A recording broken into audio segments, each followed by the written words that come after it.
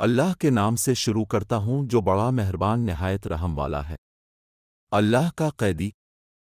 حدیث شریف میں ہے رسول اللہ صلی اللہ علیہ وسلم نے فرمایا کہ بچہ جب تک بالغ نہیں ہوتا اس کے نیک عمل اس کے والدہ والدین کے حساب میں لکھے جاتے ہیں، اور جو کوئی برا عمل کرے تو وہ نہ اس کے حساب میں لکھا جاتا ہے نہ والدین کے۔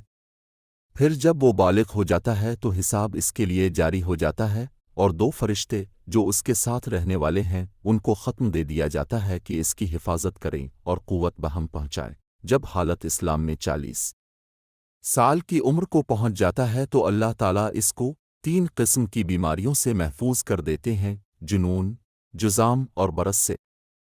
جب 50 سال کی عمر کو پہنچتا ہے تو اللہ تعالیٰ اس کا حساب ہلکا کر دیتے ہیں۔ جب 60 سال کی عمر کو پہنچتا ہے تو اللہ تعالیٰ اس کو اپنی طرف رجوع کی توفیق دیتے ہیں۔ جب 70 سال کو پہنچتا ہے تو سب آسمان والے اس سے محبت کرنے لگتے ہیں، اور جب اسی سال کو پہنچتا ہے تو اللہ تعالیٰ اس کی نیکیوں کو لکھتے ہیں اور گناہوں کو معاف فرما دیتے ہیں۔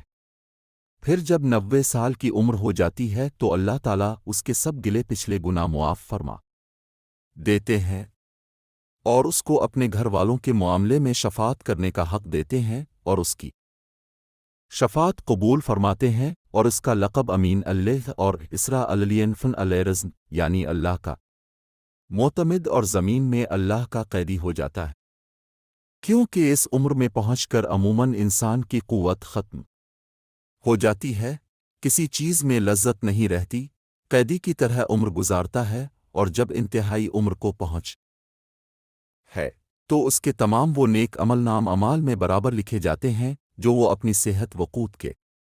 زمانے میں کیا کرتا تھا، اور اگر اس سے کوئی گناہ ہو جاتا ہے تو وہ لکھا نہیں جاتا۔ تفسیر ابن کثیر جیم 3